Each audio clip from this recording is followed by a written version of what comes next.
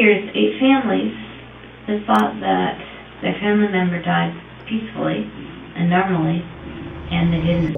This is Elizabeth Wettlaufer, a seemingly ordinary nurse who would go down in history as one of Canada's worst serial killers.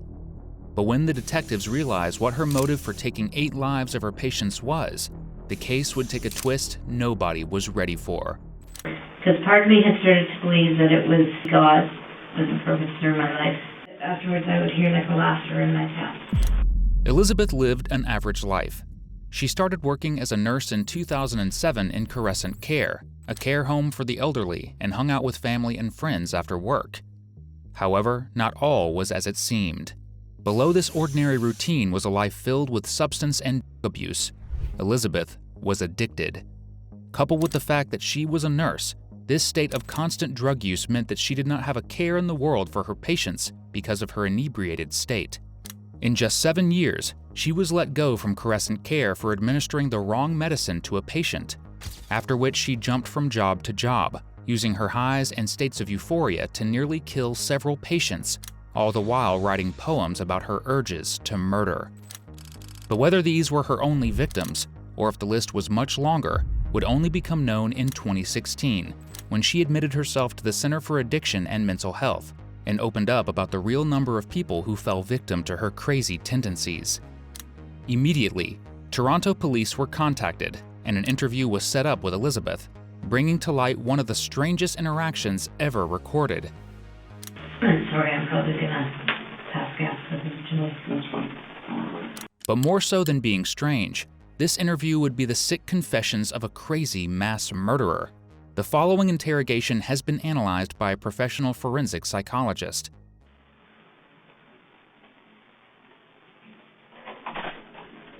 Sorry about that. That's okay. There's too many people moving and shaking around here, and you can't really keep track of who's doing what.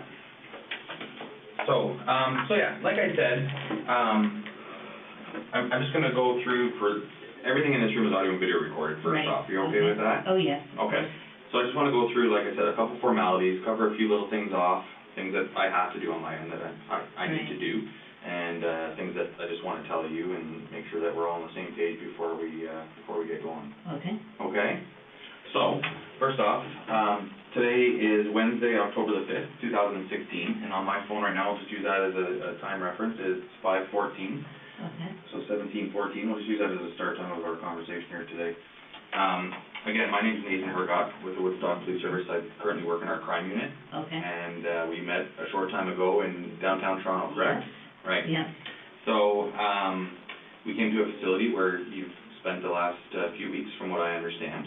Yeah. And we met with Dr. Khan and his team of associates, and I believe you were under his care for the last little while, correct? Yeah, for the last 3 weeks. Okay. And the process, how we got here basically is kind of offered you a ride back, and so we could have this conversation, and you gracefully accepted, and off we went down the 401, or the Gardner, the QEW, and the 403, and here we are, right? So just to make it clear for whoever might watch this in the future, we didn't force you to come with us. We didn't, shove you in the car and off we went kind of thing. You did it on your own free will, and you accepted it on your own decision making. Is that correct? Yep. I had a nap, and you even let me try to give money to the homeless people. So. There you go. I remember all of that.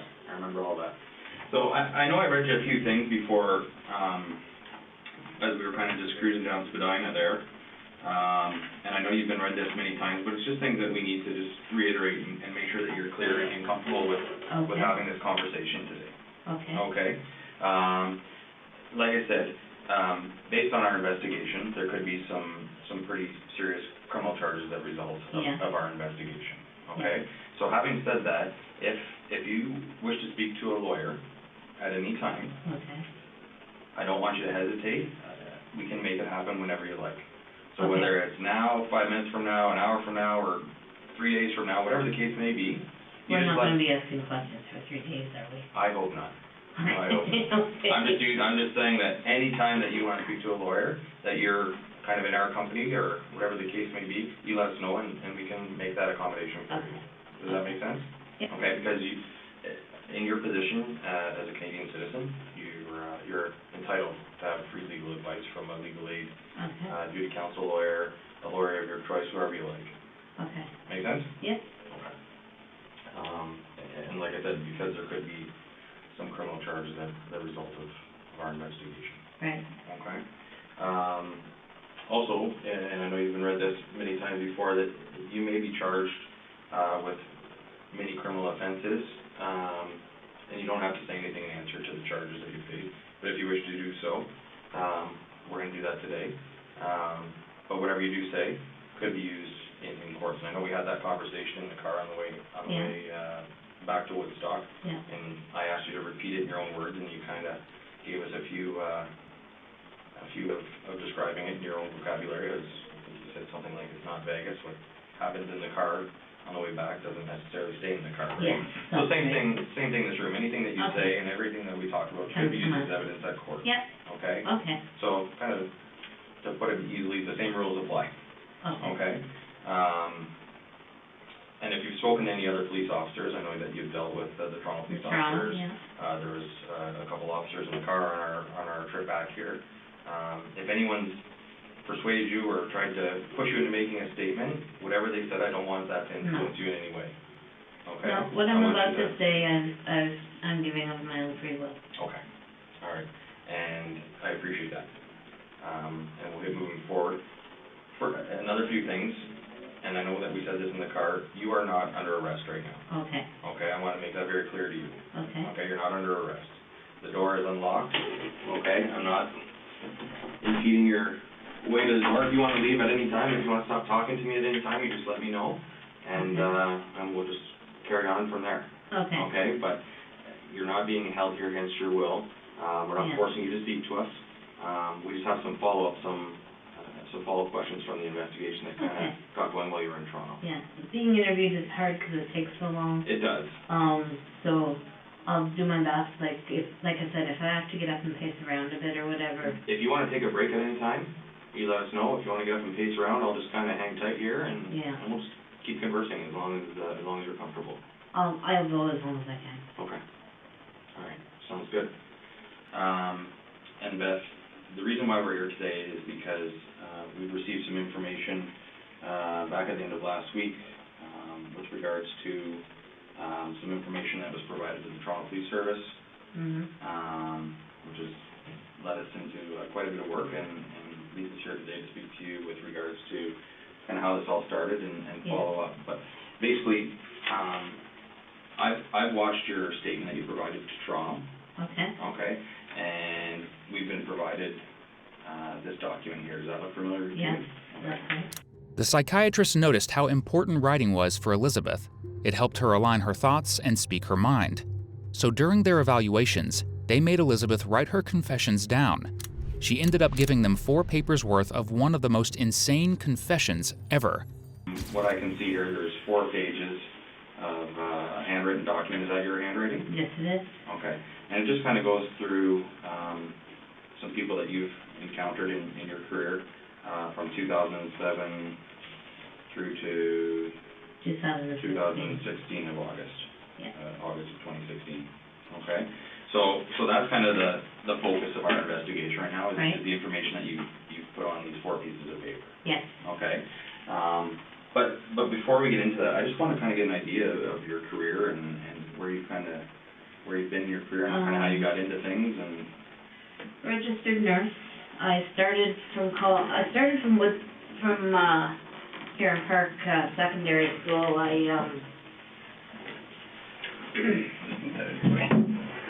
I graduated grade 13, went for a year of journalism school. Okay. And then went to Bible College, London Baptist Bible College in London. Graduated with a degree in counseling, with a bachelor's degree in counseling. And then discovered that that's wasn't really gonna get me a lot as far as work-wise and career-wise, and so I went back to Huron Park High School for a year, and I took a year of math and sciences, and went on to Conestoga College, and they have, it's in Kitchener, but they have Stratford campus, so I went there for the 3 years. Okay. And then when I graduated there, I worked in a place called Geraldton, Okay. which is 16 hours north of Toronto, I was gonna say, that's quite a bit north, isn't it? 3 hours north of Thunder Bay. Yeah, that's way up there. Yeah, worked there, couldn't stand the isolation, moved back. Worked for an organization called Christian Horizons here in town in one of their group homes till 2007, at which time my marriage fell apart in February 2007, and I met a woman online, Okay. and she decided to move to be with me. Okay. So I ended up quitting the job I was at and going to Crescent Care to make a little bit more money because I was the only bread earner. Mm-hmm. Elizabeth was never attracted to her husband. She only married him to get rid of her parents' nagging, to whom staying unmarried was just as bad, if not worse, than being homosexual. It was not surprising that she started to seek affection and attention from women online. And when her husband found proof of her infidelity, he decided to get a divorce. Although she never loved him, the separation still had a significant effect on Elizabeth. The outcome of her deteriorating mental health would be witnessed and experienced by her coworkers and patients at her new job at Crescent Care, where she would often come to work drunk and was found passed out in the basement. However, this isn't even close to what she did to relieve her stress and just how much her addiction affected her. I was the only bread earner. So I started working at Crescent Care, I believe it was June 2007. And how long did you work there for? Until 2014. Yeah, till I think it was March 2014. And were you always in the same role, or As did you do a different roles at Crescent Care? Or? I was a registered nurse, Yeah. and registered nurse's role is always the same. Yeah. But I worked in different areas of the home. Okay. There's 5 wings to Crescent Care, so I worked in different areas. Right. Okay. All throughout the 7 or so years that you were there. Yes. Okay. And at that point, did you have different supervisors from unit to unit, or No, there was the same person, or? There was one supervisor, Helen Crombie, she was the head nurse. Okay. And then there was people under her, Shelley, Jeanette, I don't remember the rest of them. Then there was an administrative head. And I think for most of that time it was Brenda. Right. Okay. And then from Crescent Care, I know you've had a few other. Yeah, I went from Crescent Care, fired from Crescent Care. Okay. For a medication error. Yeah. Then from there I went to Meadow Park Nursing Home. Okay. And left there to get help with an addiction issue. Okay. Hoping that it would get help with that as well. Mm-hmm. And then when I came back, I started working again in January. I left Meadow Park in September of 2014, and I started working for a nursing agency called Lifeguard in 2015, and I worked with them for over a year, and then in July 2016, I started working for St. Elizabeth Healthcare. Okay. As well, I was still working for Lifeguard. Oh, okay. And how did that work? Did you just split your time between the two, or was it just kind of a part-time position at both organizations? St. Elizabeth was my priority. Okay. So, and Lifeguard is very much, you pick up the shifts as they come. There's very few scheduled shifts, so Gotcha. I could say yes and no to them and focus on St. Elizabeth. And were those roles where you would do in-home care with different clients? With Lifeguard, it's an agency, so you go into nursing homes, you go into people's homes, you go into, you go into, like, retirement homes. We did a lot of different things, a lot of one-on-ones with people, like in their own homes. 12-hour shifts, 8-hour shifts, sitting with them. A lot of stuff I did was sitting with palliative patients. Right. Okay. That would be tough. It was okay. Yeah. Like, because I knew they were going to die. Yeah. And it was just an opportunity to give the family a rest. Yeah, absolutely. So. Yeah, it's an important role. I mean, a lot of people wouldn't see it that way and wouldn't even notice the care that these people are giving from people like yourself, right? So to give the families a bit of a break and take that role is important, which a lot of people don't see, right? Because when someone's dying in the house, families don't want everyone to be asleep at once, right? And that can be very hard if you're not able to do that. That's right. But if you have a nurse there that says, no, it's okay, I've got this, I know the medications they get, it's going to be all right, then... Everyone kind of rest easy. Yeah. Good. Although it was stressful, Elizabeth did love working with the elderly, which is why she joined Crescent Care in the first place. She would express her experience through poems. It was her passion for her work that made her confession all the more confusing. How could someone so normal do something so cold-blooded? And that's exactly what the officer is looking for. Back at Meadow Park, what was your addiction? Hydromorph. Okay. All right. Hydromorph. Okay. And how much were you using? I was a binge user, so I would use what I could get a hold of by stealing it from the patient. Okay. All right. And how would that work? Like, would it just be in their allotted medications, or would you have access to a card to feed your addiction? There's some in their allotted medications. Some of them had confusion, so they couldn't tell the difference between what pills you were giving them, so I'd give them a laxative instead of their hydromorph. Okay. There was a lot of them had as needed, so it would be in a big card, and then they'd say, I would just punch out that, oh, Barney needed 2 of those today, and oh, Billy needed 3 of those today when they really didn't. Okay. And that's how I would get a hold of it. Okay. Every once in a while, there was also a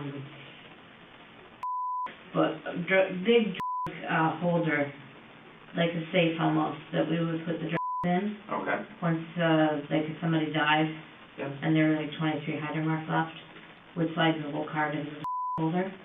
Well, if you picked it up and turned it upside down and shook it, you'd get drugs back out of it. Okay.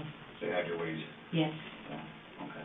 And was that ever an issue with Stabler? Were you ever confronted, or did that go totally undetected for the time you were there? There was a time when hydromorph was delivered to the home, and it didn't get put away right away by the person who should have.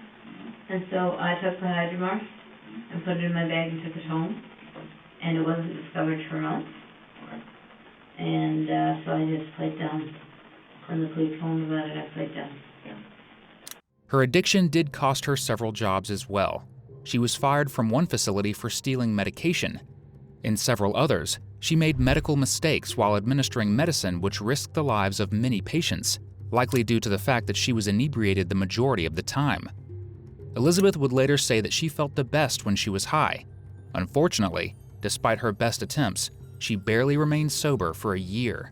So as a binge user then, like how much would you be using on a, I mean obviously you wouldn't use it on a daily basis if you were binge using, but like how long did the addiction last for? Oh, the addiction lasted from, I think it started in 2008. So to 2014, at which time I went away and got treatment at a treatment center. Okay.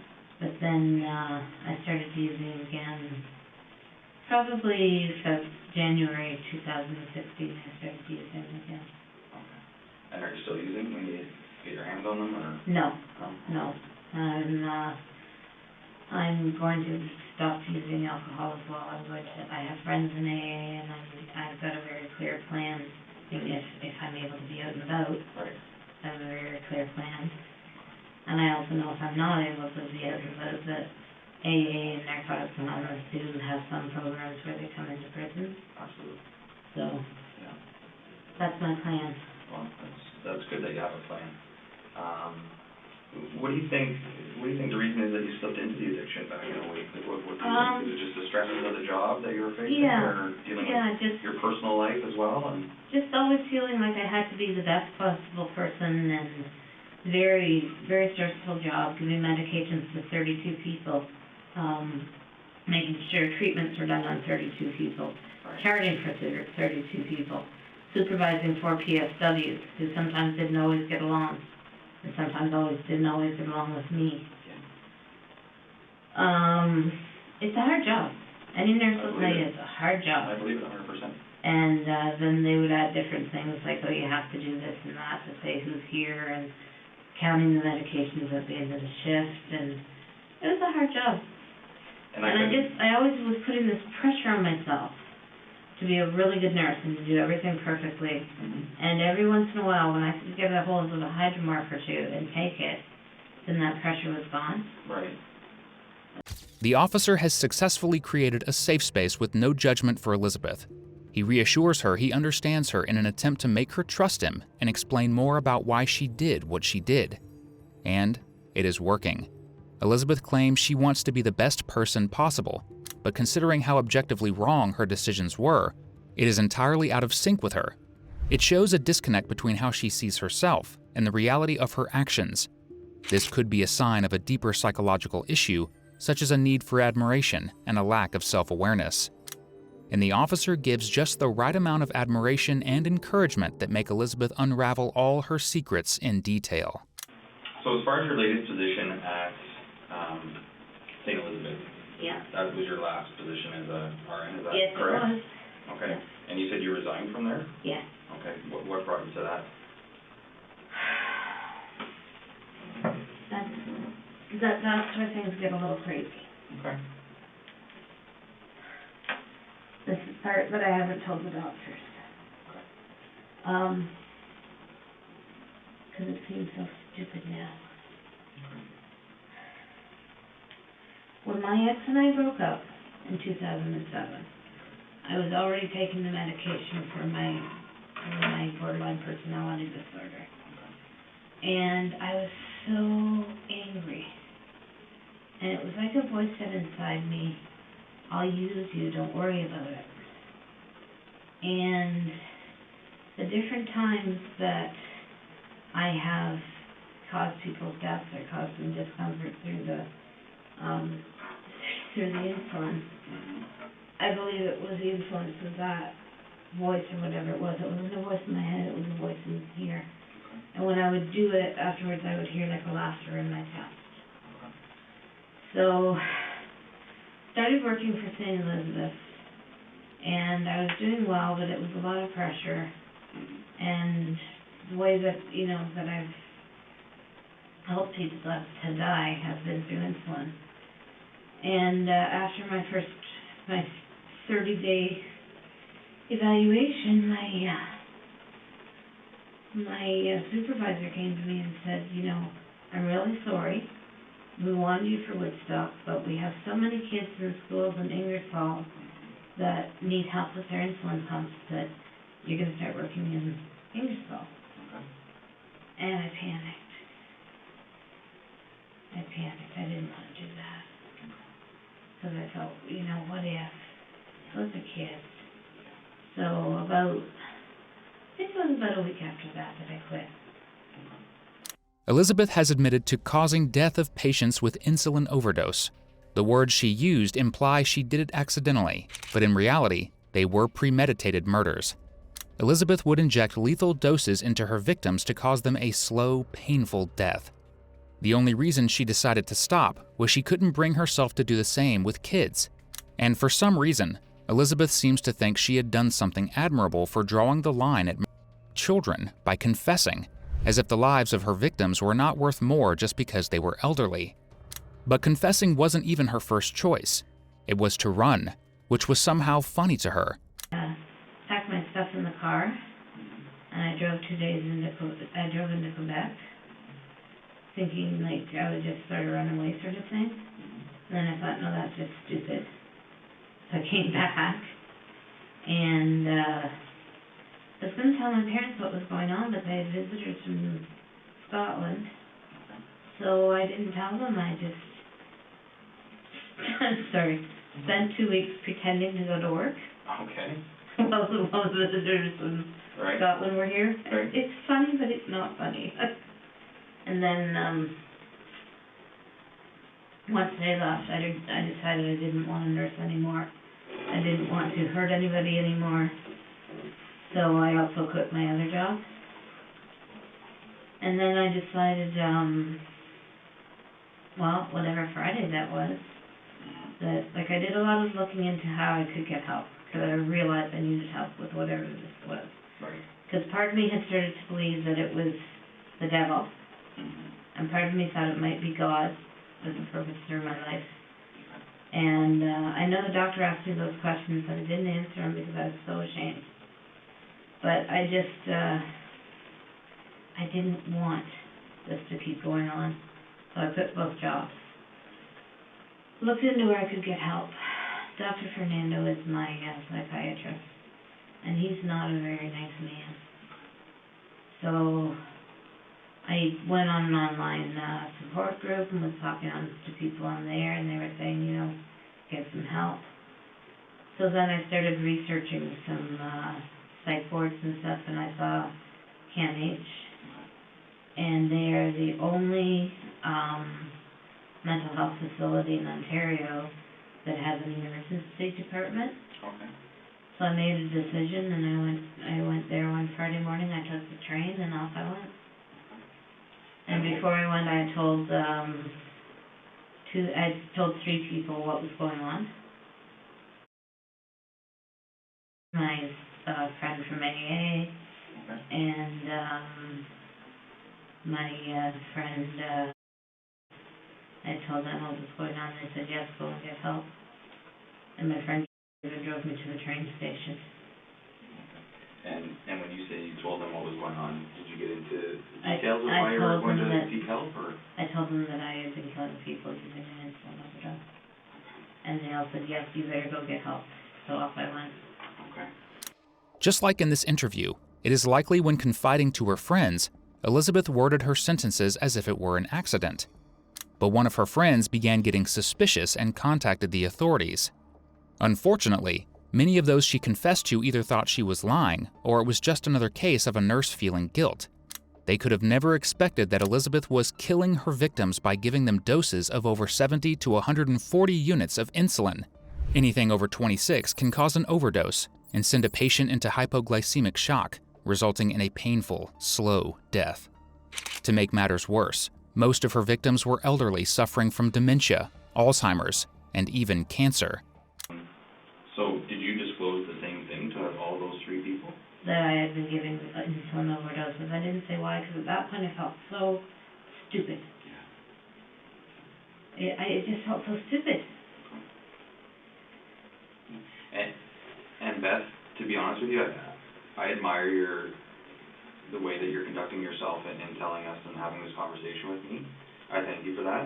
And I'm not here to judge in any way. I know. So I want you to know that. And I'm not a doctor. I know you spent a lot of time at CAMH the last 3 weeks, right? Yeah. And I'm far from a doctor, but I do appreciate you telling me the truth and telling me the way that these things happened and played out. Yeah. And I admire you for that. And it's, it's been a while because I've been stewing about, like, do I give the names of the people that I killed? Right. Because then here's 8 families that thought that their family member died peacefully and normally, and they didn't. And what's that going to do to those families? Right. And even up to going to the hospital, I decided I was just going to give the first names. And my cousin said, listen, they know what years you worked there. If you don't tell them the exact names, they're going to go in there and go over every single file. And that's going to be even worse for the families there. Right. So that she was the one to give me that advice, to give the names. Elizabeth stole the lives of 8 people and attempted to murder 4, making her total victim count 12. But the scary part is, she would have likely not stopped had she not drawn the line at children. But the worst is yet to come: her motive. As far as you know, have these people reached out to any of police agencies where they may reside to notify that you told them this? Or No. did you tell them in kind of confidence and I told them in expected that they would keep confidence, that to and they themselves? said, they promised me they wouldn't tell anyone, Okay, but basically the impliance was if I didn't get help, right. then they'd be on the phone the next day. Okay, I got you. So did you tell them basically then on I told them the like, Thursday? I told them the night before I went, Okay, so Thursday night, yeah. and then you took off Friday morning? Yeah.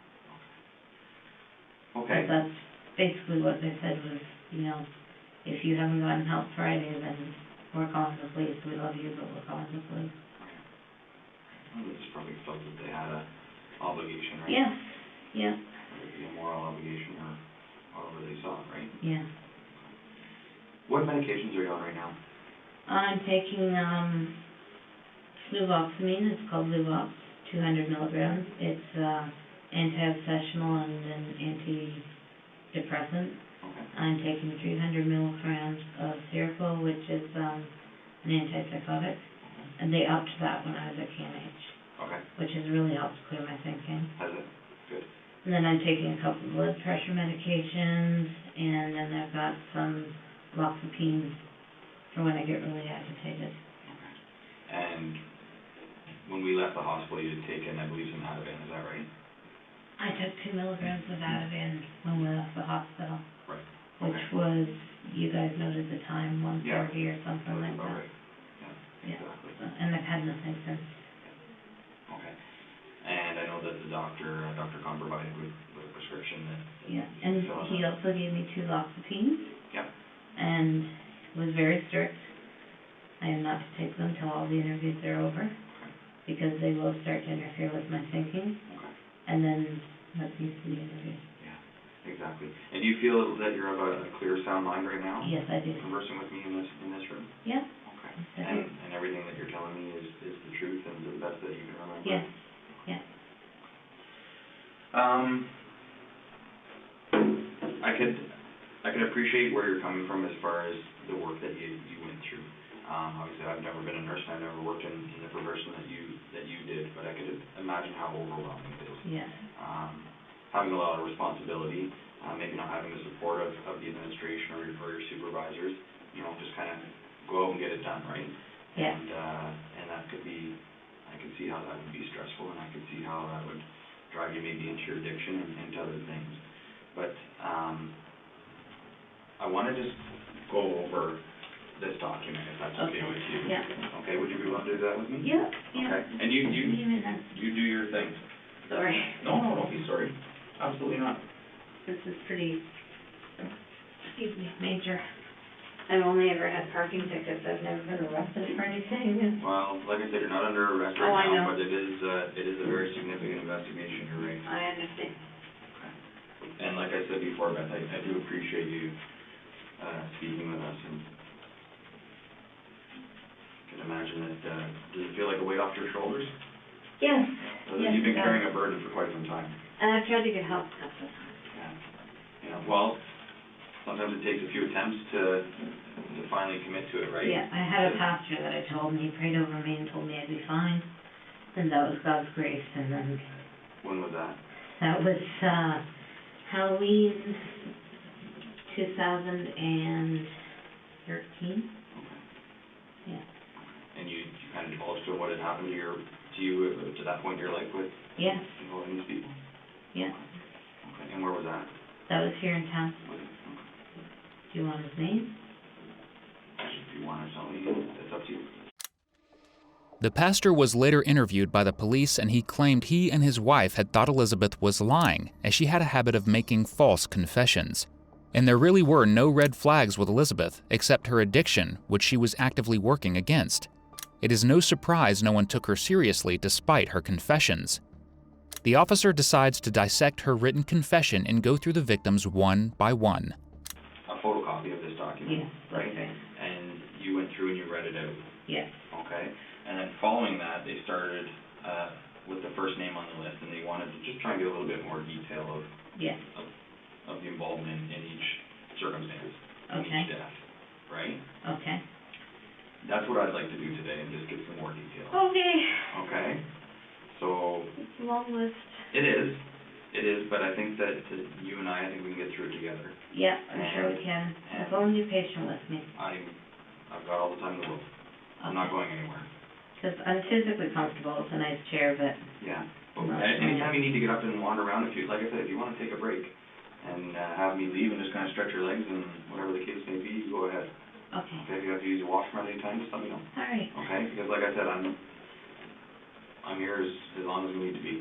Okay. Okay, and I'm not pressuring you to stay any longer than you want to, but I think if we just kind of sit down and go through this, like I said, we'll get through it together. Yes. I'm a pretty patient person, and I'm here to just listen to what you have to tell me, okay? Okay. Okay. The officer isn't kind to her because he wants to be. He is just trying to confirm the facts and prevent her from getting defensive and altering the narratives. He already has the confession. He just needs more detail. So, how about we just do this together? I'll just bring this over here. Is that okay? Sure. Okay. So, I'm not going to have you read through this entire document because you already did that, right? I have written it. I have read it. I have, lived it, so... Yeah, absolutely. So, Mr. Silcox. Yes. Okay, September of 2007. Yeah.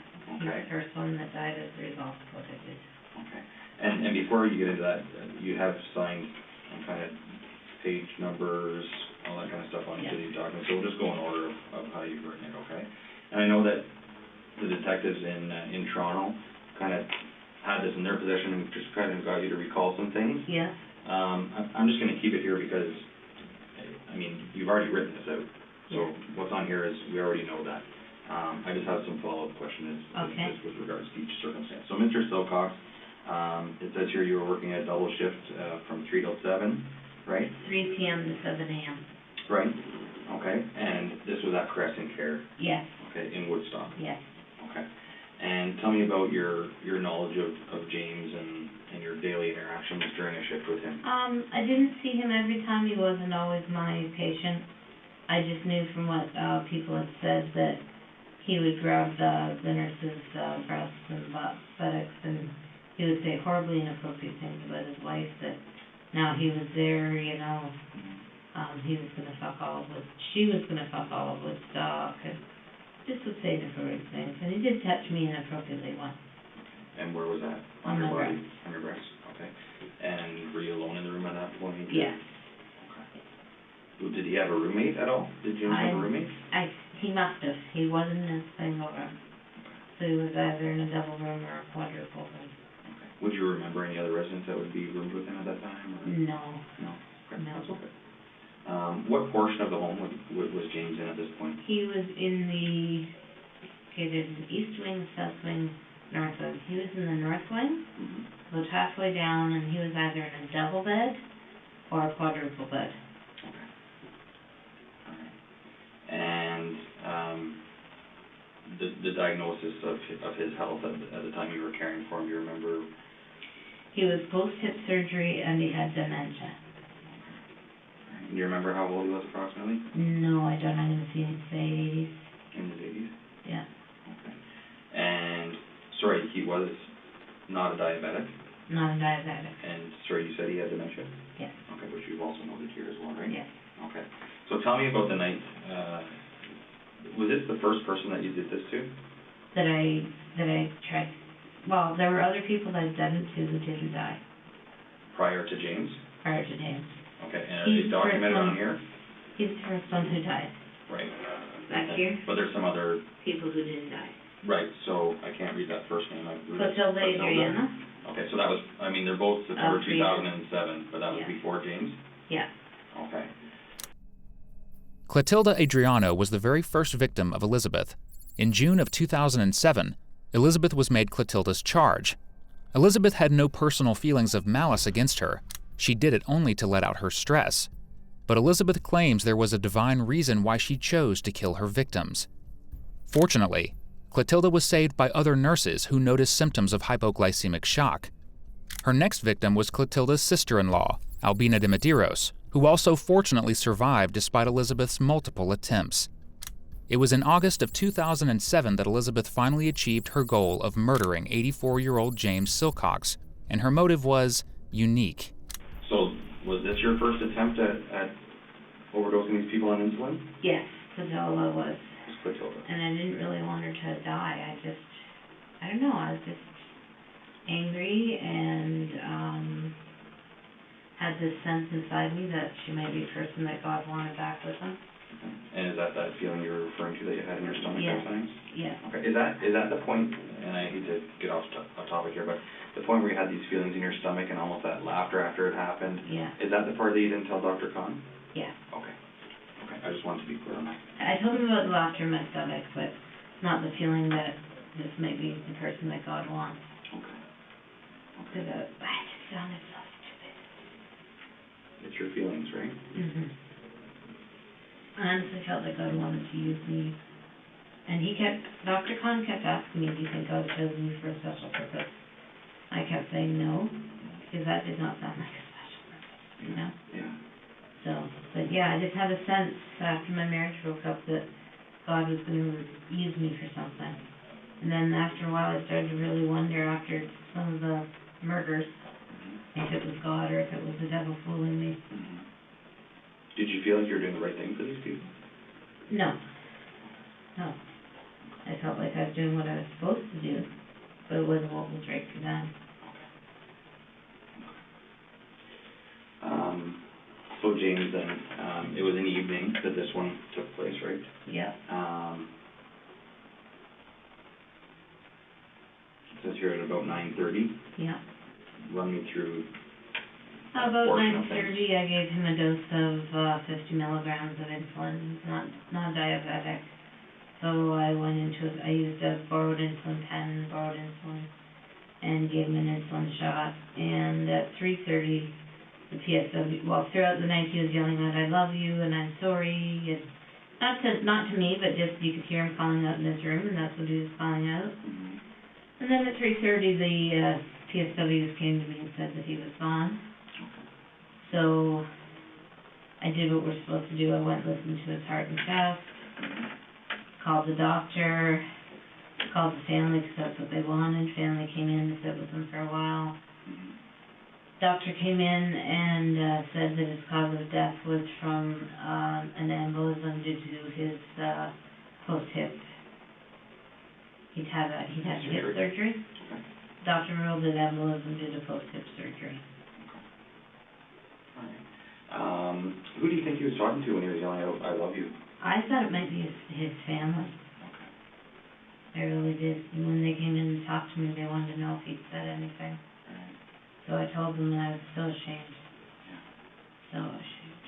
Yeah. When you were speaking with the family? Yeah. And is that the family that kind of commended you for the work that you had done? And Yes, and that I've been there for them, and yes. How'd that make you feel? Awful. Absolutely awful. How did you deal with it? I just went home, went to bed. You know, I felt awful. Maybe I fought with my girlfriend.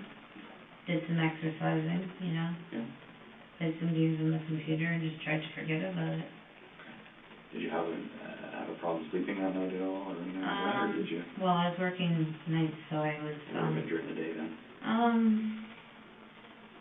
would say I tossed and turned a bit, yeah. Felt pretty bad. And I didn't want to see the family again. So I tried to make sure I wasn't working when they came to pick up his stuff, and I wasn't. And what room, do you remember, like a room number, or just, like you No, said, it was down the north one. the wing, yeah. It isn't the first time a killer has used God as an excuse to kill.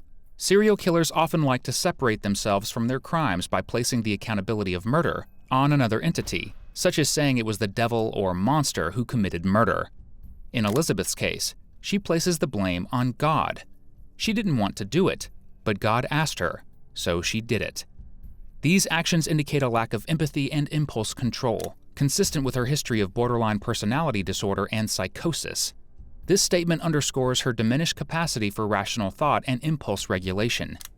Additionally, she justifies killing an 84-year-old father of 6 and a World War II veteran by claiming he acted inappropriately. According to other nurses, James suffered from dementia and would often be confused by his surroundings. He would mistake the nurses for his wives and barely ever knew what was going on, accidentally grabbing them. Many of the nurses therefore never felt offended by him. he was just an old man suffering from a terrible illness. It is likely he mistook Elizabeth as his wife too and touched her, but in her mind, this was the sign he had to die. Perhaps this was the reason why he said "I love you" in his last moments. He was declaring his love for his wife one last time. Where did you get the insulin from for James, for Mr. Silcox? You said you had taken some insulin, and where did you get those? The insulin was kept in a fridge in the medication room. Okay. We had 2 medication rooms. Insulin was kept in a fridge in the medication room, and extra pens were kept in the drawer. So you could just say somebody had someone admitted and you needed a pen in a hurry. So you just put the insulin in the pen and put the needle on and dial up the dose and give it. And how was that documented to know that, so that Crescent Care would know that you were taking that insulin? They didn't keep track of insulin. Okay. So it was just something that was available for the nurses' use when they knew that it was appropriate for the certain patients? Yes. Now each patient had their own insulin. Right. And maybe somebody may have noticed that a lot of insulin was missing if a lot was used, but I was always careful to use different people. Different people's insulin? Insulin, yes. Okay. All right. And Mr. Silcox, then, where did you inject the insulin into his body? I'm not really sure. I'm going to say his arm or his torso. And did he know what was going on at that point? Not really. Was he a verbal patient? Like, could he converse with you and communicate? He didn't really converse. He did a lot of yelling out. I don't really remember him reacting when I gave it to him. So he didn't react? I don't remember him reacting, no. Okay. Would he maybe just think it's a regular portion of his day and Probably. receiving the medications that he so required? Probably because he had dementia. Okay. Yeah.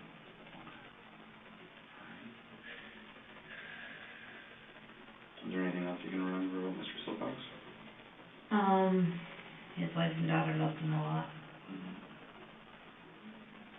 And how does that make you feel? Crappy. Yeah. Horrible.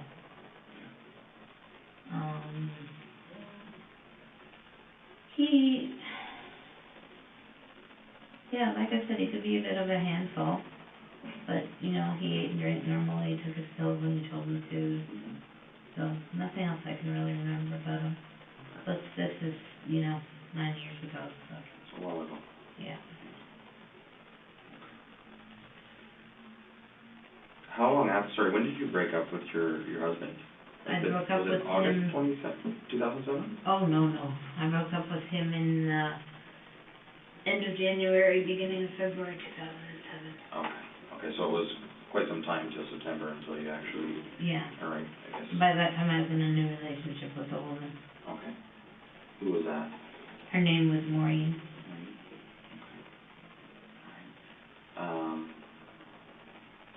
Did you ever disclose to her what you were doing? No, absolutely not. So you just kind of went about your thing with Mr. Silcox? Yeah.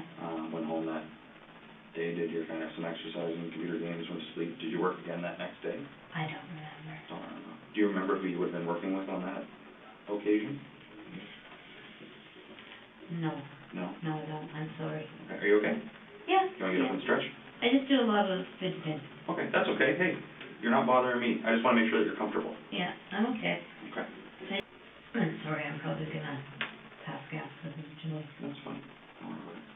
So, as far as Mr. Silcox goes then, besides what you were feeling in your stomach, and besides that you thought that this was a purpose that you were given from your relationship forward after breaking up with your husband, right? Yeah. You indicated that he wasn't a very nice man. No, he wasn't. Is that a portion of what happened? I don't know. Okay. I wonder if that's a portion of how I chose him. Mm-hmm. And afterwards I did feel a release and a relief. Mm-hmm. Like a relief of pressure. Okay. Because throughout this document, and as we go through it, a lot of these people, you kind of describe them as not very nice people. Yeah. Right? Yeah. So I'm not sure if that's a tendency or a pattern that we see as far as, is that why you chose these people? Yeah, it might be, but I also know I just felt like they were the ones. Right. I had a feeling inside that they were the ones. Before you injected insulin to Mr. Silcox,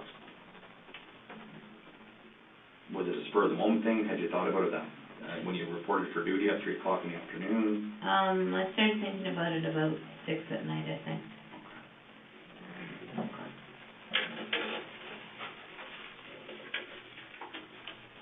And do you remember who the pronouncing doctor would have been? No. Like, how did that process work? That process, the way it worked was, person's found with no vital signs. Nurse goes in with the stethoscope, listens for 1 minute. If there's no heartbeat, no lung sounds, nurse goes and calls the doctor on call. Okay.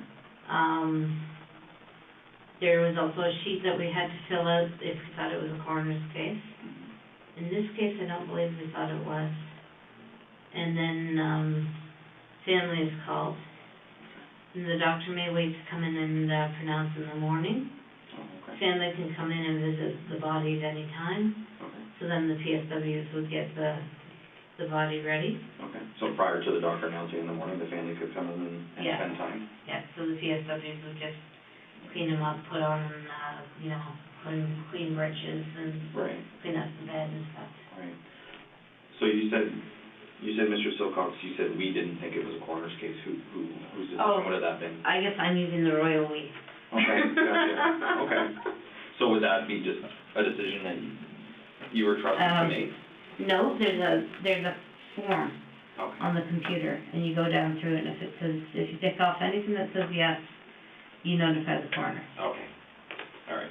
But you would have clicked off those boxes yourself? Yes. Okay. So obviously, knowing that you had done this to Mr. Silcox, did you feel that you wouldn't click yes so that attention wouldn't be drawn to you? You know, I honestly can't remember if he was a coroner case or not. Okay. He might have been. Now, would insulin... Even though I did this to these people, when I did but see, it's phrased as, does anyone have a reason to believe that this death was not natural? Right. So, yeah, I wouldn't click that one. If I had done anything. Yeah, you're right. It is eerie how she claims to feel ashamed, but can still laugh while talking about the murder of a defenseless victim. A coroner's case is an unexpected, unnatural, or sudden death of an individual which is required to be investigated by authorities. Since Elizabeth had the authority to create the forms, she could always just change the details and avoid suspicion. This is the reason why often cases against nurses are weak and based on circumstantial evidence and statistics, such as a sudden spike in death rate. Medical professionals can easily tamper with evidence however they want and pass off their murders as medical deaths. This is why the phenomenon of homicidal nurses is still not classified as a subcategory of serial killers. There just aren't enough nurses arrested. Elizabeth is a great example of this phenomenon. Unlike other killers, she doesn't leave behind clues or flaunt her murders in interviews.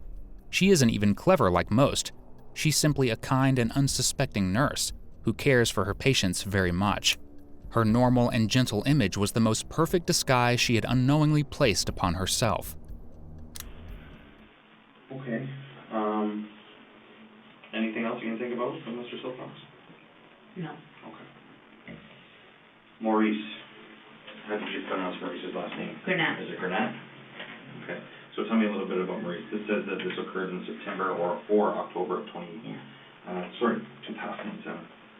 And this was at Crescent Care? Yeah. Okay. Tell me a little bit about your interaction with Maurice. He was another one who liked to grab breasts and asses.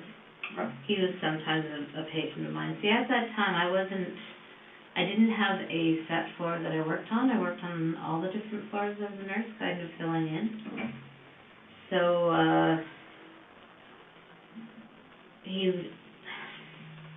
one afternoon I was working with him and he did grab me. And again, I got that feeling inside that this is his time to go. So I gave him an overdose of insulin after supper. And I believe he died the next day. And what was your shift that, do you remember what shift It you were was working at that 3 to point? 11. 3 p.m.? Yeah, to 11 p.m. Till 11 p.m., so like So an afternoon shift. he died when I wasn't there. Okay. And he was known for, it says here, grabbing the staff's breasts and asses. Yeah. Okay. And do you remember who you would have been working with at that point? No. Okay. Do you remember where Maurice was within Crescent Care? Yeah, he was down in the north wing. I think he was in a double room on the right-hand side. Yeah. And do you remember who And his then- roommates would have been at all? No, I don't. But I do remember that when he started going downhill after the insulin overdose, they moved him to the palliative care room right by the nurse's desk. Okay. And at what point of the day do you think that you, sorry, I think you said this already, but just to confirm, what time of the day do you think it was when you had injected him with And the insulin? injection, it was afternoon.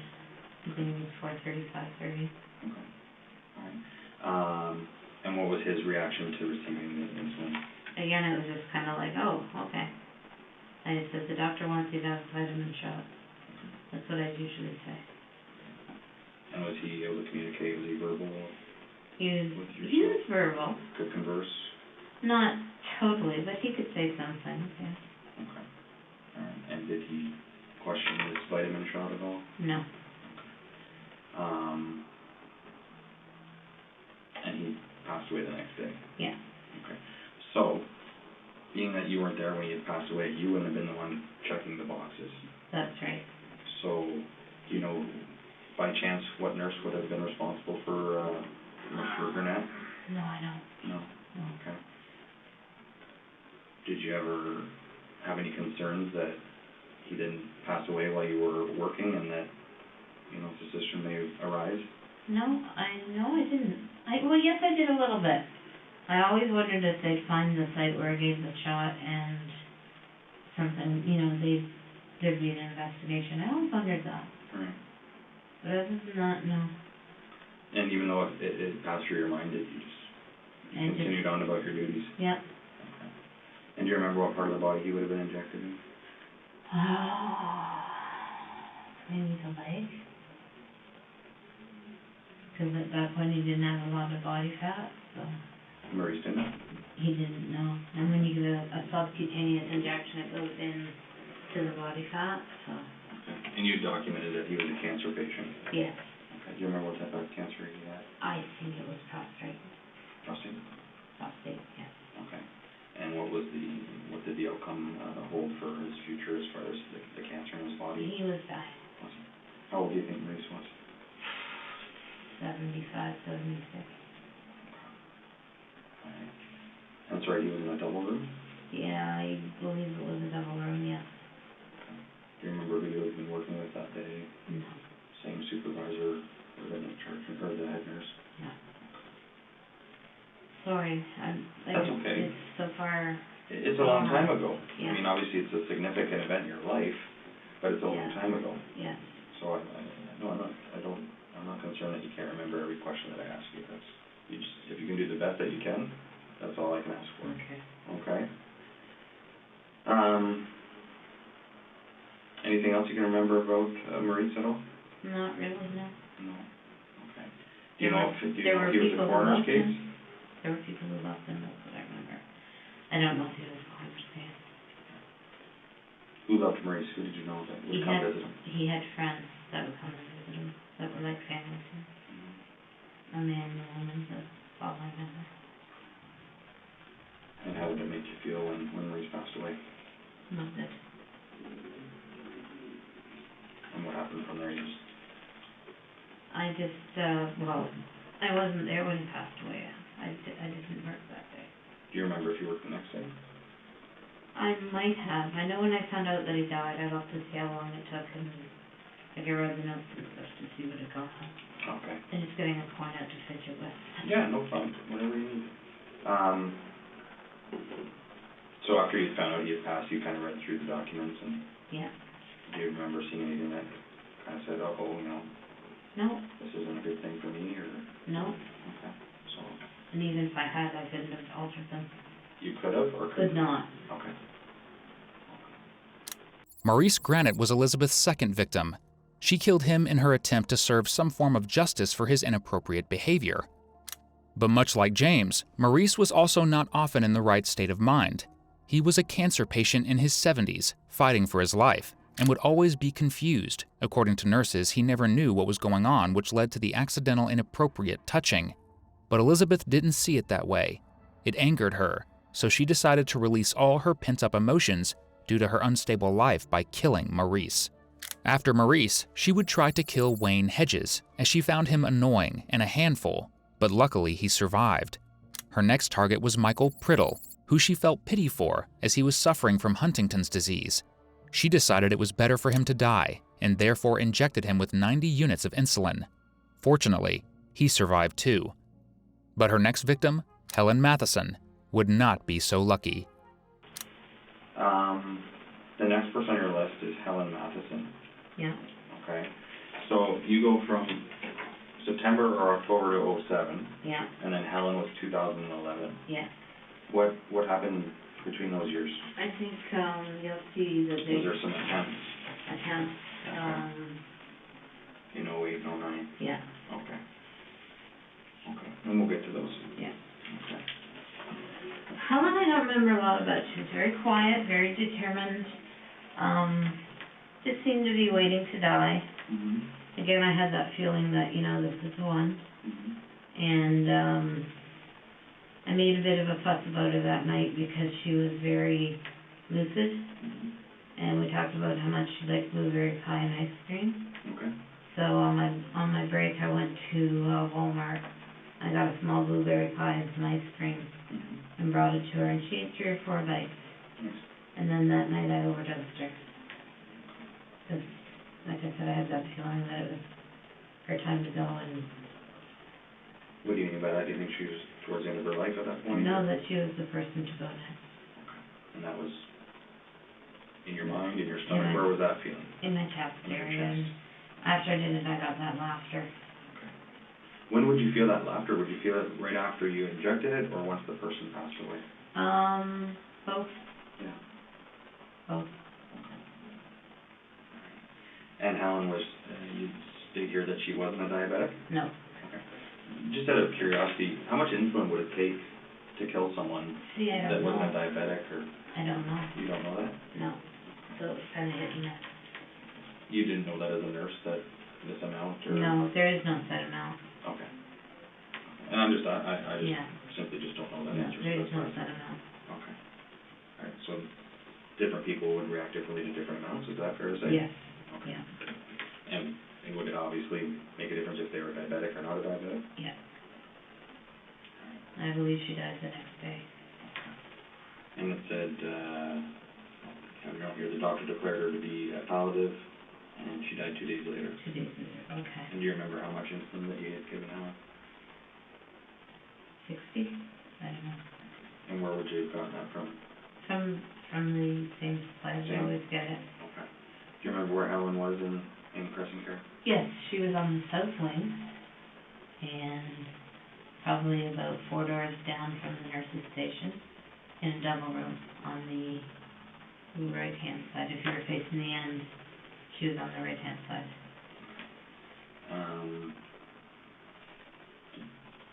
You don't say a lot of negative things about Helen here. Did you get along with her okay? Did she ever do anything to harm you, or? No, she was very quiet.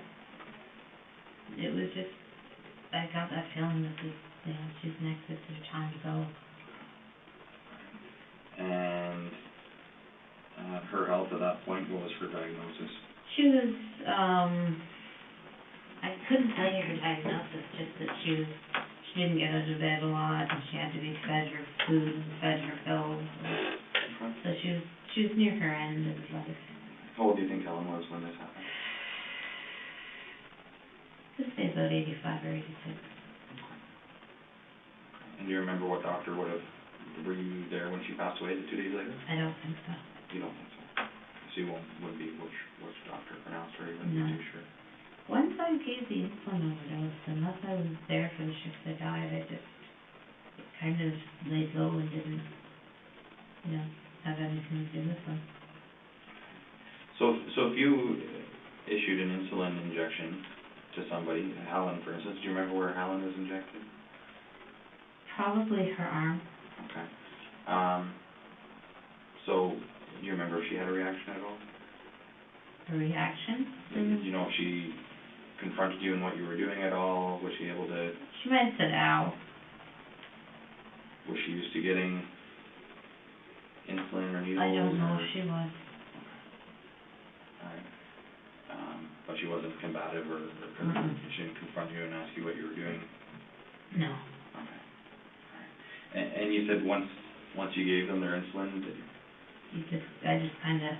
I tried to stay away from it. Sometimes I was very interested to see what was happening.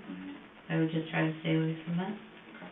Would you ever go back into their rooms while they were still alive to see kind of how they were progressing through the? If they were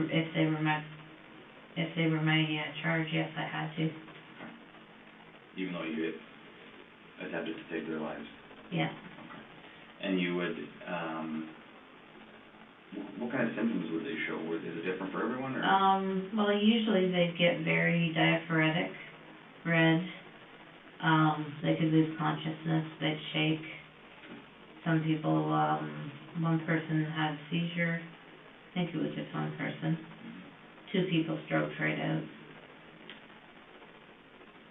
Right after receiving the... Not right after, but they stroked out. Over time. Actually 3 people, because they believe James stroked out as well, so. Mr. Silcox. Mr. Silcox, yeah. Okay. Helen Matheson was 95 years old and was suffering from dementia. She would often stay lucid and had a quiet character. For some reason, Elizabeth decided it was her time to die. This time, she had no justification like the previous cases. She only did it because she felt like it. Her next victim, Mary Zerowinski, would meet the same fate. November 2011. Mm-hmm. Mary Zerowinski, is that? Yeah. How do you recall her last name being pronounced? Yeah. And this was at Crescent Care? Yeah. Okay, and you said that she wasn't a diabetic, but she had dementia? That's right. Okay. But she could talk and communicate a lot. Mary could? Yeah, she was feisty. Was she? Yeah. She didn't hurt the nurses or anything. She was just very outspoken and feisty, and one night she said, I'm going to die tonight. Mary said that? Yeah. And I said, oh. And she said, yeah, why don't you get me into the deathbed so I can die? And I said, are you sure? And she said, yeah, put me to bed. I'm going to die. So I said, okay. And I went to the other nurse that was working with me. And she said, oh, okay, well, let's put her inside this care room if that's what you want. So we did. And then I thought, well, she must be the next one. Mm-hmm. I had a feeling inside of me she must be the next one. Because she was saying she was going to die, but there was no signs she was going to die. So I gave her an overdose of insulin. And she became palliative and she died. I think within a couple of days. I think.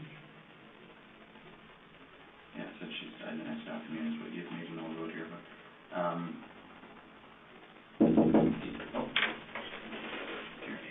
perfect. Sure. There you go. Which one has the vodka in it? No answer from him. So... Yet again, her actions contradict her claims. While describing how she took the life of helpless victims, she continues to make a joke about alcohol, an uncharacteristic action for someone genuinely remorseful. And do you remember how much insulin you would have given Mary? I think she may have been the first person that I gave long-acting and short-acting to together. Okay. I think. And can you just, besides the actual obvious, in the title of the actual drug itself, long-acting and short-acting, what was the biggest difference between the two? One drops your blood sugar right away. The other starts working through your body and dropping it gradually over long periods of time. It just keeps dropping it. Okay. And what would the combination of those two do together? Did you know? I didn't know for sure, but I figured it would be much stronger than just the short-acting. Right. Okay. Which makes sense. Yeah. You would know more than I would, but... do you remember where you injected Mary? Probably her arm. In her arm. And I told her it was for her pain. And had Mary ever done anything to harm you or No. upset you in any way? No. She was fun. Okay. She was spunky and outspoken. Yeah. Do you remember being present when she died? I don't think I was. All right. And therefore probably wouldn't be a part of checking the boxes? No, I didn't do the boxes for her. Who was there to see Mary on a regular basis? Who came to see Mary? I don't know. No? I don't know. Do you know if she had family? Maybe a son, but I don't know.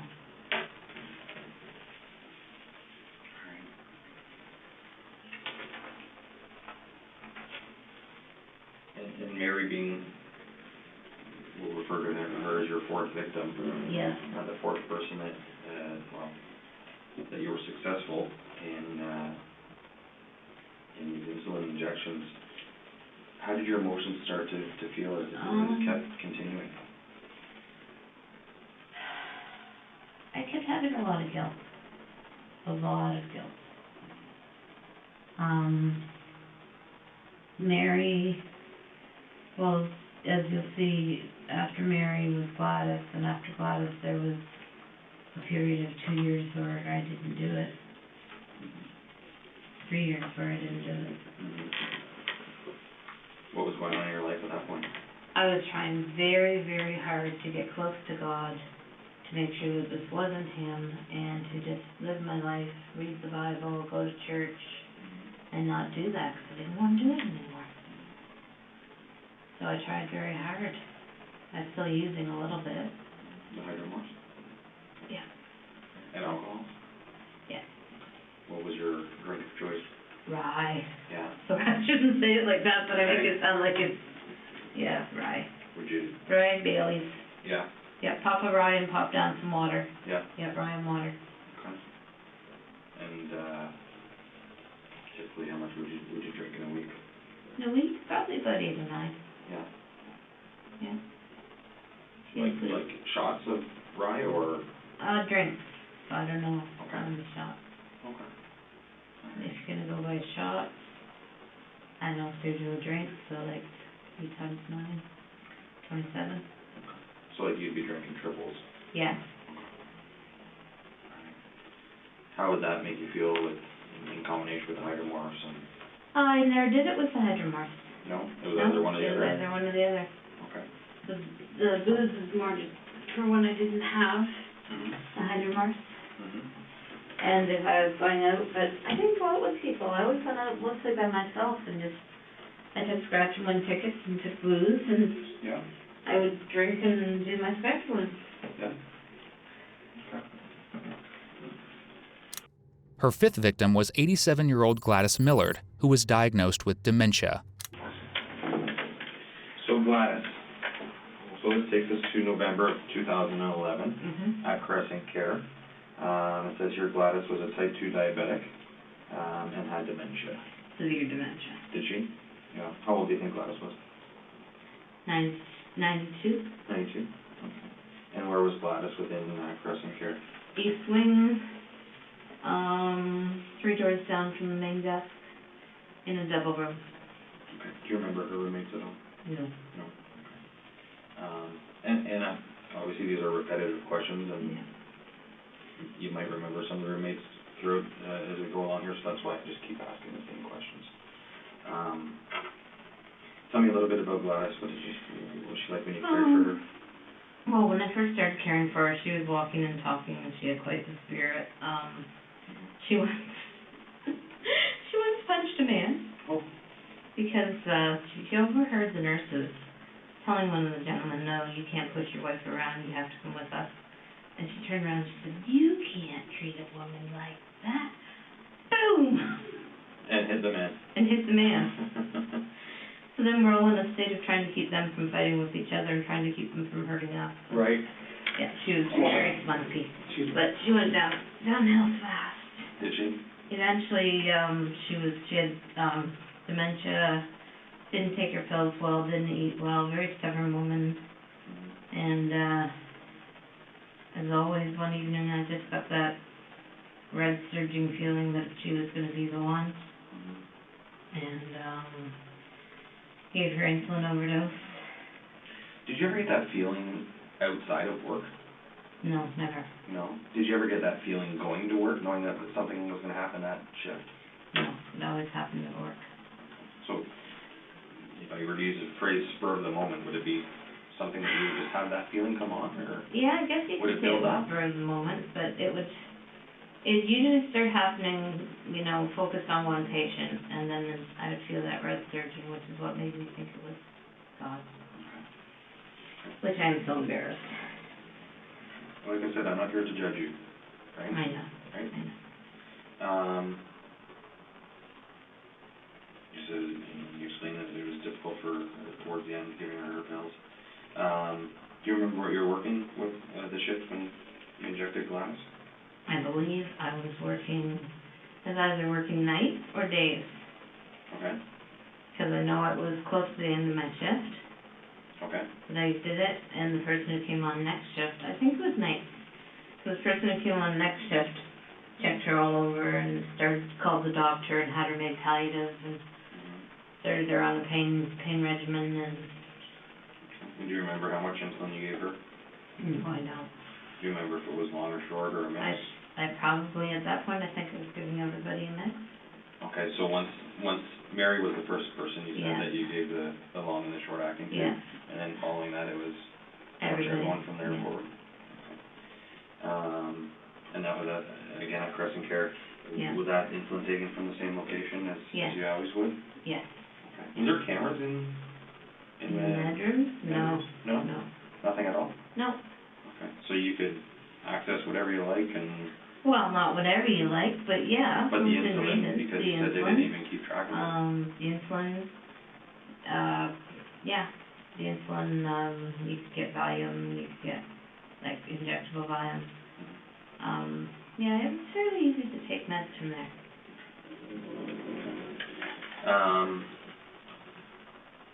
It could be possible she only felt this surge at work because that's where she was an authoritative figure with access to defenseless victims she could easily overpower. According to her friends, she liked to be an in-charge nurse because she liked the power that came with it. Unfortunately, this power would be misplaced because Elizabeth's killing spree consisted of victims easy to kill and get rid of, something she could easily do as a nurse. But after killing Gladys, Mary, and Helen within a span of a month, Elizabeth went on a Caribbean cruise with her then ex-girlfriend. Her killing spree would be temporarily stopped for just 2 years until in 2013, she would strike once again and kill 90-year-old Helen Young. So this is where you have a bit of a gap again, from Yeah. 2011 to 2013 with your successful injections, but there wasn't even any attempt. No. In November 2011, I came home from a cruise of the Caribbean, and I was feeling guilty, I was feeling damned, I was feeling confused, I was feeling like I just didn't want to do it anymore. I was feeling like if I could somehow connect with God strongly enough that I wouldn't do it anymore. And so I spent a lot of time reading my Bible and praying and deciding I just wasn't going to do it anymore. So I had the odd urge to do it, but I resisted by going to church, reading my Bible, praying, and telling God I didn't believe Him, that He wanted me to do it anymore. And obviously, with what you've told us so far, that it helped, from what you've documented. Yeah. Is there anything else that we need to be aware of that happened in between those times? No. Okay. No. Okay. I didn't tell anybody or anything like that. Okay. Except for the pastor, sorry, what did you do? I told him after Helen Young. Okay. He was after Helen Young. And Helen was a type 2 diabetic with dementia? Yeah. Okay. Tell me a little bit more about Helen. Helen was miserable. She frequently yelled out, "Help me, nurse." She frequently yelled out she wanted to die. She just was not happy with her life. She would wheel around in her wheelchair saying, "Help me, nurse, help me, nurse, help me, nurse, help me, nurse." And when you went to help her, what do you want help with? Nothing. Get away with me. Go away. Help me, nurse, help me, nurse. Didn't want to eat, didn't want to drink. Very difficult to deal with. Constantly would yell out, or we'd say, "What do you want help with?" "I want to die. Why can't you help me die? I want to die." And one night, it was like something snapped inside, and that red surge came back, and I thought, okay, you will die. So, I gave her a shot. I came up to her and said, "This is for your pain," and I gave her a shot of long-acting or short-acting. and she started to settle down. And then later on, we put her into bed, and I gave her more of the insulin. I think it was long acting. She had a seizure. She turned red. She was diaphoretic. The PSWs called me to the bedside. I took all of her vital signs, and I pretended to take her blood sugar. I said, oh, it's normal. Don't worry about it. How did you go about that with people beside you? They're PSWs. Don't let anybody see that part of the... PSWs? No, but what I mean by that is PSWs, nurses focus on the meds and treatment. Okay. PSWs focus on, like, they were busy. They were busy washing her. They were busy changing her. They were busy dealing with the fact that she was having diarrhea. They were not doing the part of the job I was doing, so they never would have noticed. Where's my burger? So they never would have noticed me not taking the blood sugar. Because I took her, like I did her pulse, I did everything else, so they wouldn't have noticed that I didn't do that because they were busy with everything else. Did Helen have any family that you recall that would come visit her? Yes, she had a niece that loved her very much and was there at least twice a week. Did you ever converse with her? Before she died, yeah. Yeah. How old was she? I'm saying in the late 50s, early 60s. The niece? The niece, yeah. And then Helen herself? 90. Did you speak to her following Helen's death, her niece? What? What was that? I think it was a day or two after when she was gathering her stuff, and she cried on my shoulder and thanked me for being a good nurse.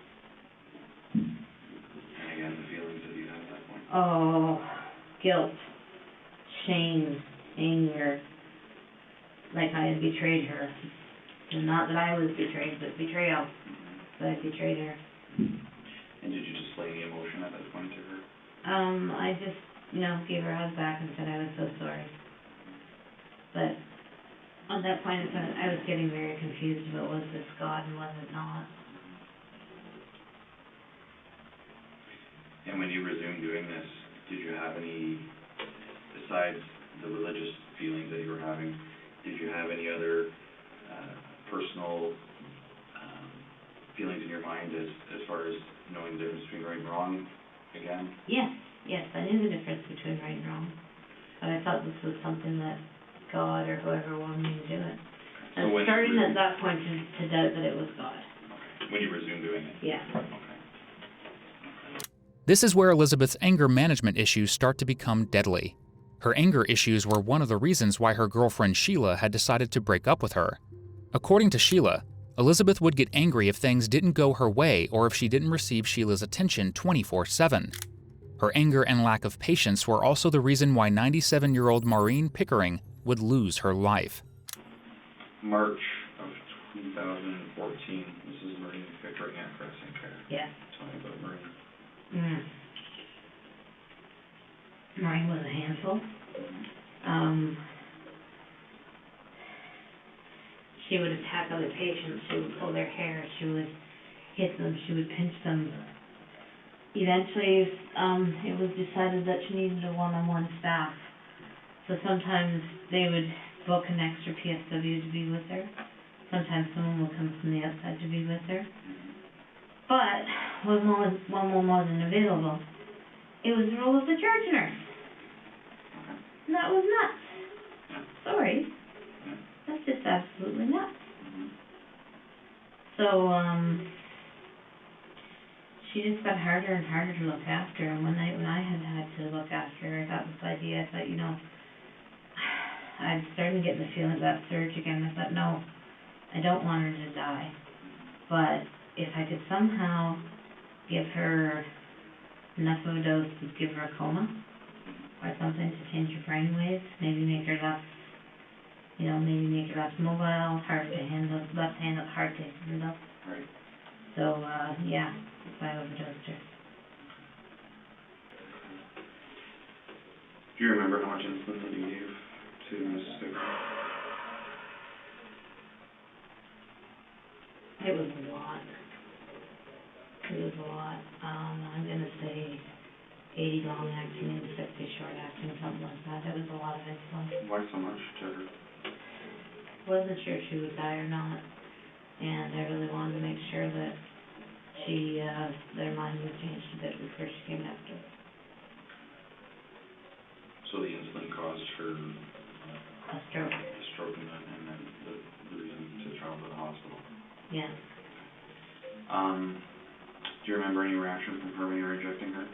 No, none at all. Do you remember what type sorry, I apologize, what part of the body that you injected her? Her, Left, right? left. Left up. And no reaction? She didn't? Oh yeah, the first time I gave it to her, she said, "Hey, what was that for?" And I said, that's your vitamin injection. Which is, like I said, that you would typically tell people? Yeah. Okay. How long in between when you gave her the next dose? Probably an hour and a half, 2 hours. Did Miss Pickering, do you recall any family that she had? She had 2 friends that came and saw her a lot. She had a boyfriend that would come to see her. Okay. How old was she? 82. How old was her boyfriend? Oh, I have no idea. No? No. But he would call her regular visit. He would come to visit, yeah. Maureen trusted her nurse, just like the others, just like any normal human being would. After overdosing Maureen simply because she wanted insulin, Elizabeth was fired from her job at Crescent Care for committing a medical error that put a patient's life at risk.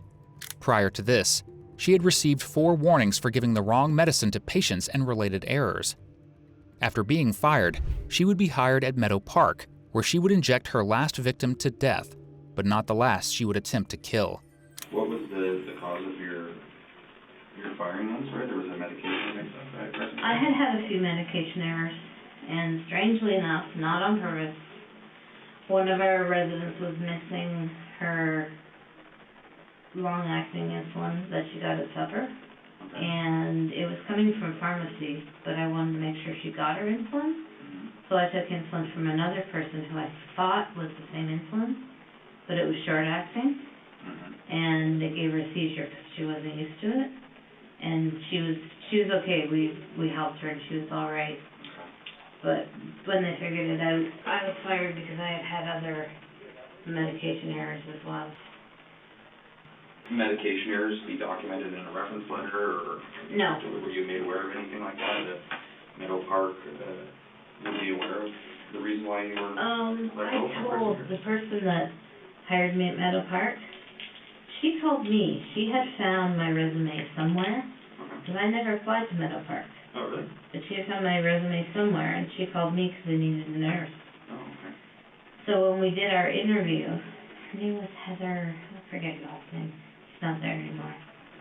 When we did our interview, she said to me, "Why did you leave?" And I told her, I'll be absolutely honest with you, I was fired for med errors. And she said, "Well, tell me about them," and I did. And she said, "Okay, well, I believe in second chances, so you're hired." Full-time afternoons, and it was a 1-year contract. RPAD or RTORVAP? Yes. Tell me a little bit about it. He was mean. He would grab the nurses and the PSWs whenever they were trying to do things for me. He would grab them, he would twist their arms, he would punch them. Very difficult to do care for. And one night I just got that surgery, and I got that you need to go. Had he done something that night? No, not really, just been his normal self. And he fought the first needle. And then the second needle I got in. And I forgot something about Maureen. I had given her a dose of whatever we dosed her with to calm her down before I ever gave her the insulin. Forgot about that. So I had done that. So you Is gave that her in there? About Maureen? Yeah. I don't think so.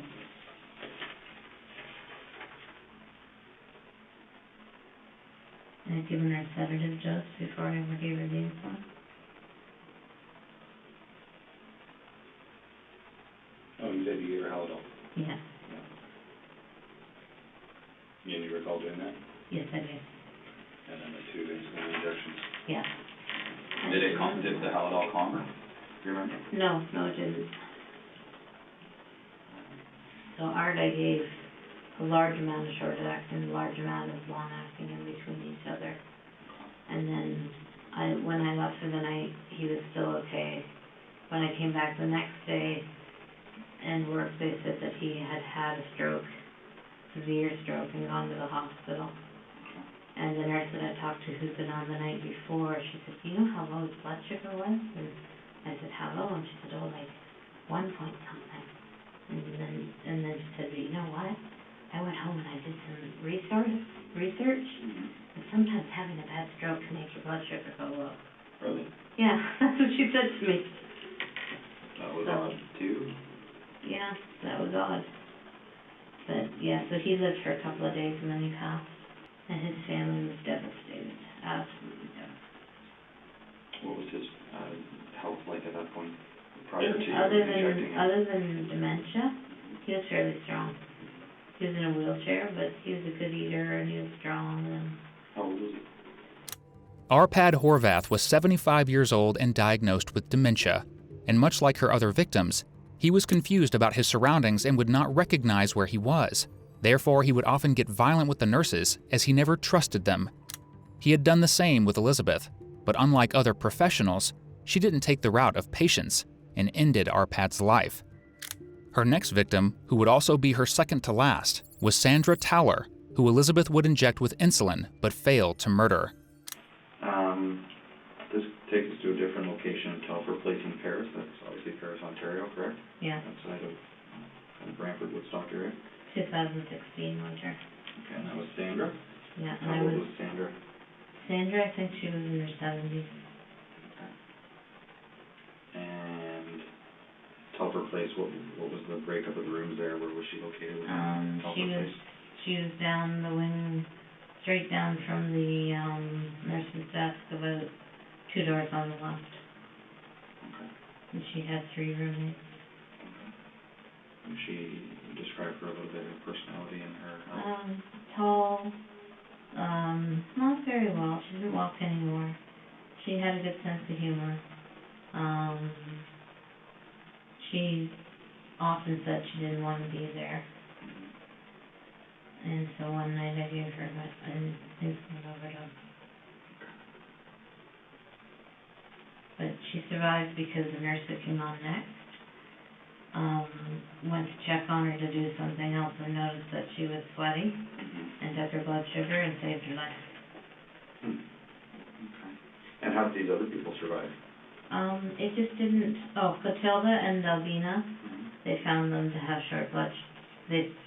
low blood sugar, and they gave them stuff to raise it. And Wayne and Mike, they just survived.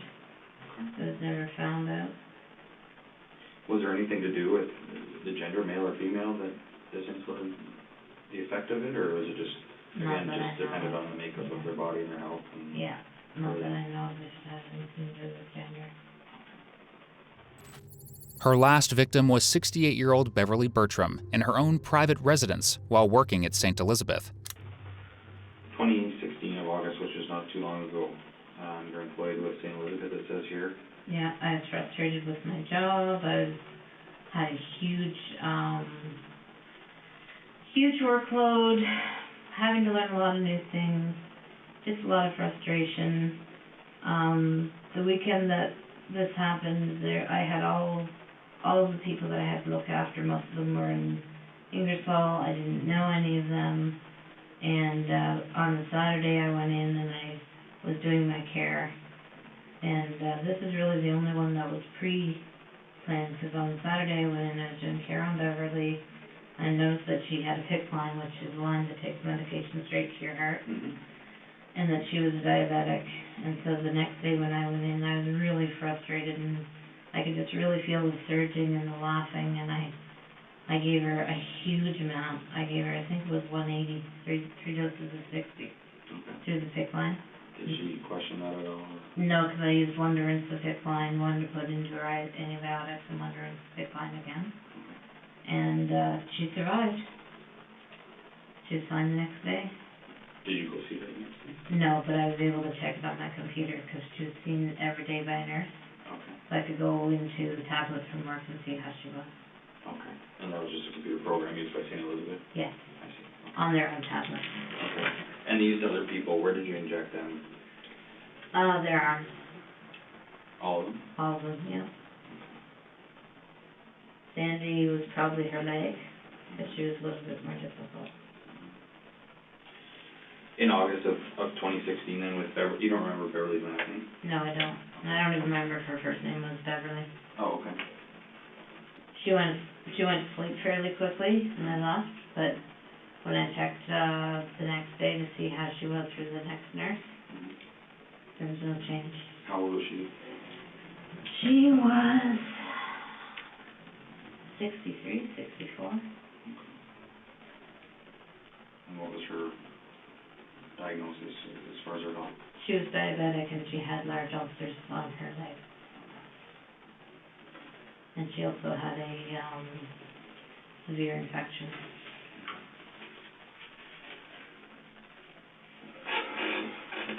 How does that make you feel going through all that? Awful. She finally ended her spree when she was told she would be in charge of diabetic children. Elizabeth clearly knew she failed to stop before, and she wouldn't stop in the future either, which finally led to her confession. It is hard to imagine just how many more victims she could have had if she had never decided to admit to her crimes. Whether she did it out of remorse or guilt or any other reason is of little value. What matters is the fact that her killings finally came to an end. Do you feel like there's a burden lifted off your shoulders? Yes, I've done the right thing. Do you feel there's a sense of relief? Yes. And now I know that it wasn't God. And I'm ashamed of myself that happened, but I also think that it was mental health. You know, I think it was, I wasn't in my right mind. Or I would have been able to tell. I mean, I was raised to believe in God. I was raised from a baby to go to Sunday school, so how could I get such a strong feeling that this is what God wanted, unless it was something wrong in my head?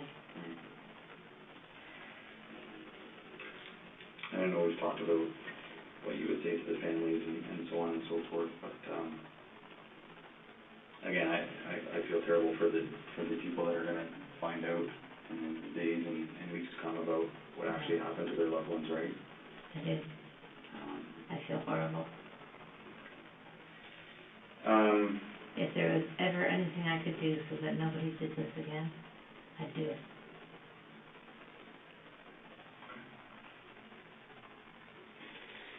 Just a few other things to cover off then.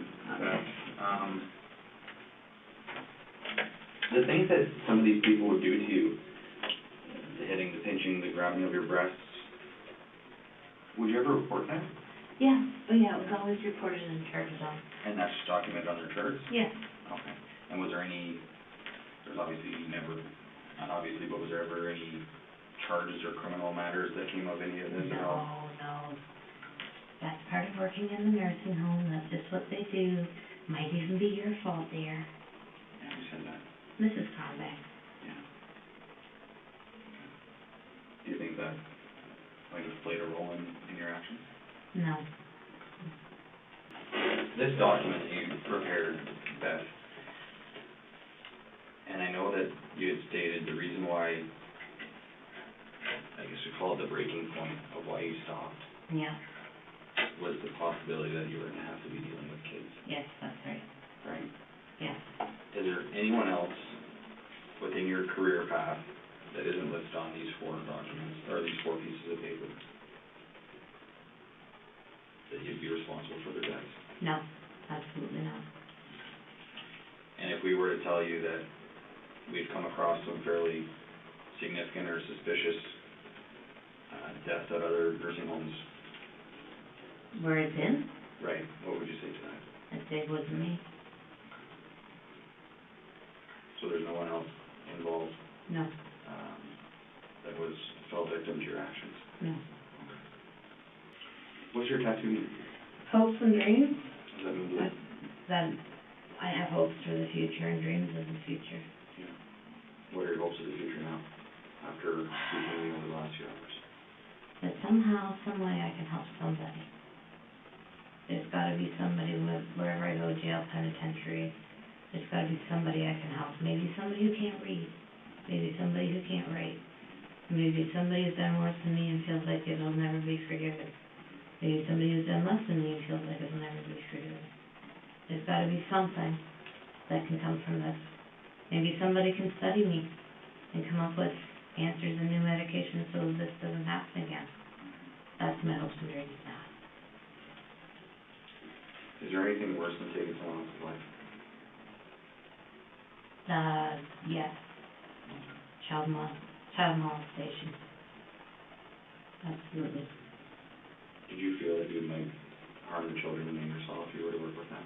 I was afraid that I might get that feeling of wanting to give them insulin or doses, especially since they were diabetic.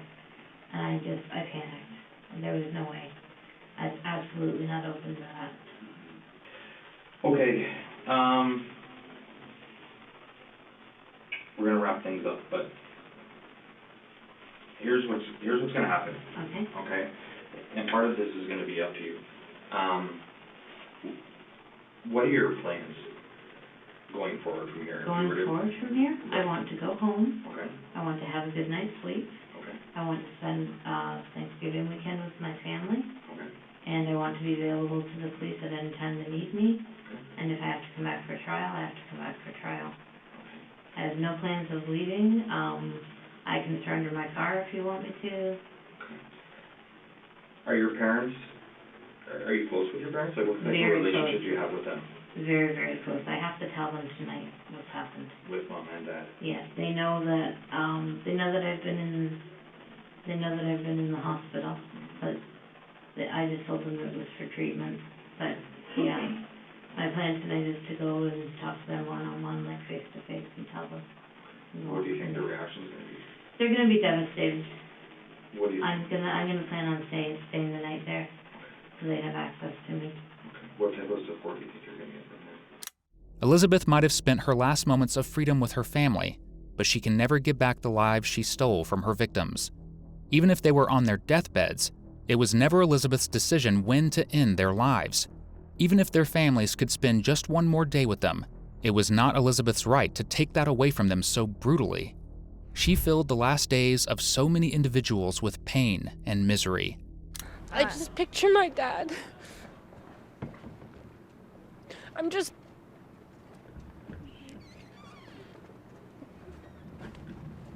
picturing my father as her patient and what he went through and how he couldn't talk and how he couldn't say help and how nobody cared and how he lied in that bed and had to die with nobody there. It's like you're drowning and nobody can give you a life raft. That's what my dad went through. And now I went through torture because I can't say anything to this individual and I cannot do anything. So this is even worse sometimes, I think. I don't have my father anymore. I miss him. I really miss him a lot. Every goddamn day. It's like the air I breathe, he was everywhere. He'd be here today if it wasn't for the goddamn incompetence of people. Just incompetence, gross incompetence, worrying about what people are going to say about them, worried about getting in trouble, worried about how much it costs. Human life doesn't have a cost, Commissioner. Since I work in long-term care, I can't go to work without being overwhelmed with the thoughts of my dad and what events led up to his senseless death.